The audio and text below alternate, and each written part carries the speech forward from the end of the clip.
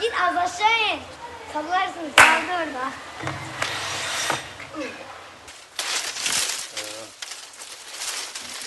Arabadan isterseniz şey getirebilirim.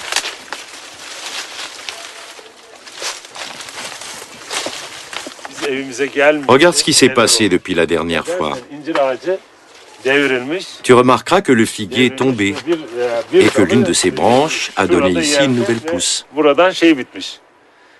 On dit que dans les maisons abandonnées pousse toujours un figuier. En voilà la preuve. C'est ce qui arrive quand on néglige sa maison. Vous passerez par ici, comme ça.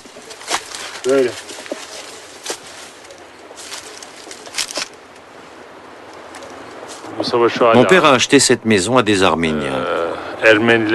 Mais j'ignore les détails de la vente. Plus tard, ces maisons sont dévolues au trésor et l'État les met en vente. C'est un terrain d'une superficie de 2500 mètres carrés qui peut contenir jusqu'à 7 maisons. On peut y construire 7 maisons. Nous sommes sur l'emplacement de la nôtre. Naturellement, elle n'y est plus. Nous avions ici une belle porte d'entrée.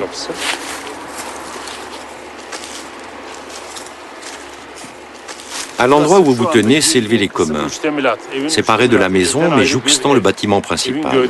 Ici vivait Agop Efendi, l'employé de mon père. Il avait une fille nommée Zevart.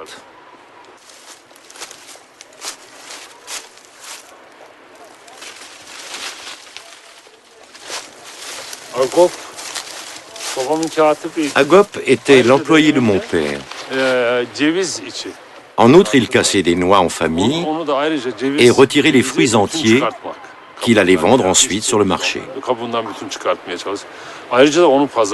Il avait en plus son petit commerce familial. C'était l'employé de mon père. Mon père était illettré. Il signait Ali Bash ou la plupart du temps Ali. Agop, lui, savait lire et écrire. Il tenait les livres de comptes de mon père. Il y avait aussi Mehmet Aga le nain, c'était son garçon de course. Est-ce le père d'Ali Bash qui a sauvé cet Agop?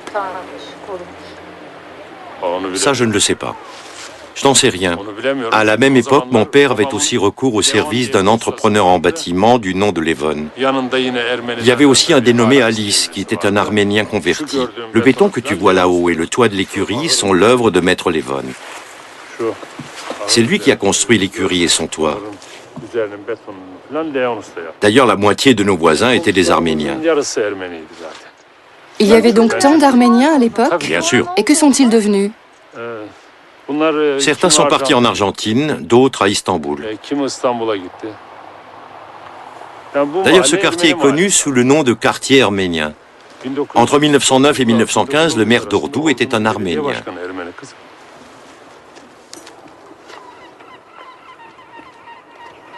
Cette maison appartenait au commerçant Vartan Efendi. Plus tard, ses enfants l'ont vendue et ont émigré en Argentine. La boutique de mon père et la sienne se faisaient face.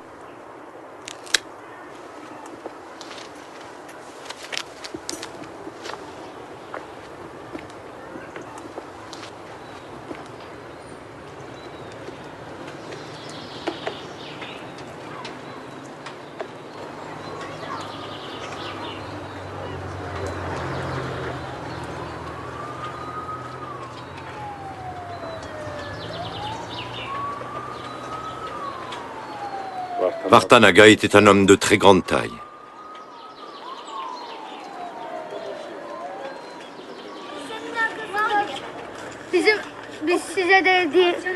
C'est notre école là-bas. Il y a des bâtiments historiques dans le coin. On doit voir notre école.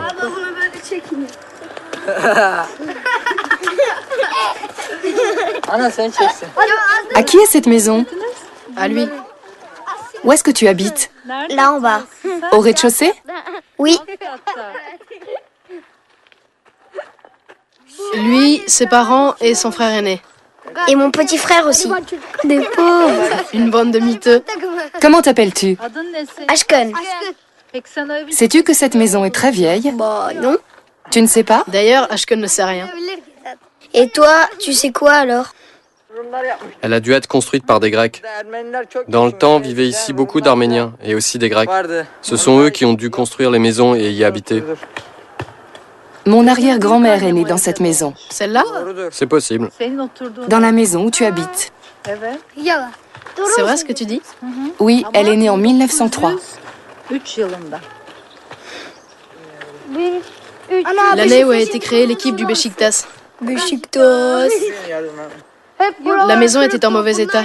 Ce sont eux qui l'ont retapée. Son loyer n'est pas cher. Notre école en bas a été construite par des Arméniens. Ils vivaient là dans le temps. Puis ils sont partis. Dis donc, Ashken, t'es arménien? Est-ce qu'on est arménien parce qu'on vit dans ce quartier? Il y a une école là-bas, c'est un monument historique aussi. Avez-vous des copains arméniens? Non, on n'a pas de copains arméniens. Moi j'en ai un. Lui il est arménien. Il y a une arménienne qui vit dans cette maison. Oui, tante Angèle est une arménienne.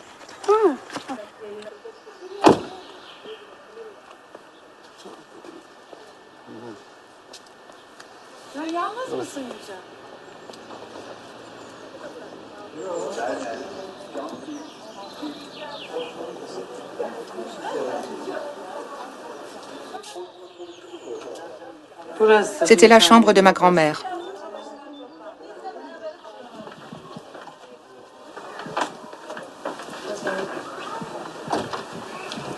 Gel de manzara içecek bak.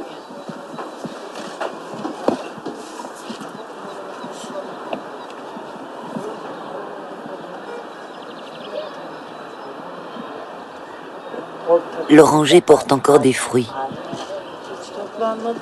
Ils n'ont pas encore été cueillis, tu vois bien. Il y avait un olivier par ici. Ah oui, il est en bas. Il est toujours là.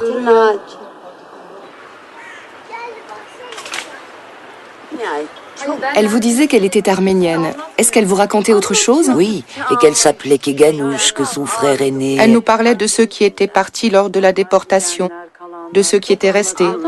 Enfin, plein de choses. Dis-toi, Berké, que cela fait plus de 40 ou 50 ans. On ne se souvient pas de tout. Bien sûr qu'elle avait beaucoup à raconter, et elle ne s'en privait pas. Elle nous tricotait sans cesse quelque chose, sans cesse. Elle tricotait sans cesse. Elle me tricotait une robe, par exemple. Je l'ai toujours. Tu pourras la filmer si tu veux. J'ai retrouvé la robe, celle en dentelle. La jaune? Elle était blanche.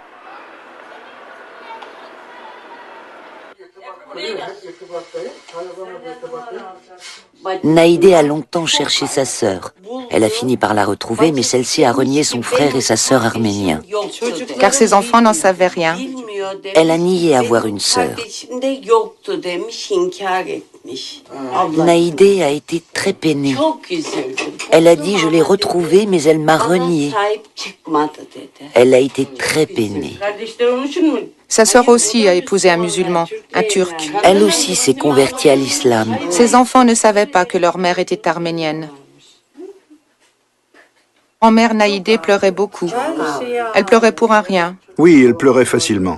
Elle a pleuré pendant 3 mois dans la nouvelle maison d'en bas.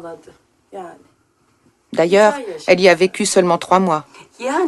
J'ai compris bien plus tard l'état psychologique de ton arrière-grand-mère. Ne pas avoir d'enfant, ne rien posséder en propre, l'avait rendue égoïste. Même son dévouement était de nature égoïste.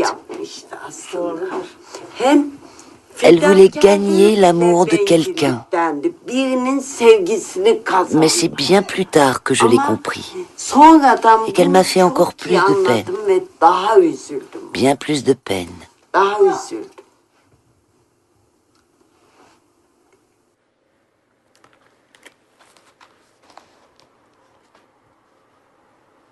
Et ça, c'est mon frère aîné quand il était étudiant, avec ton arrière-grand-mère.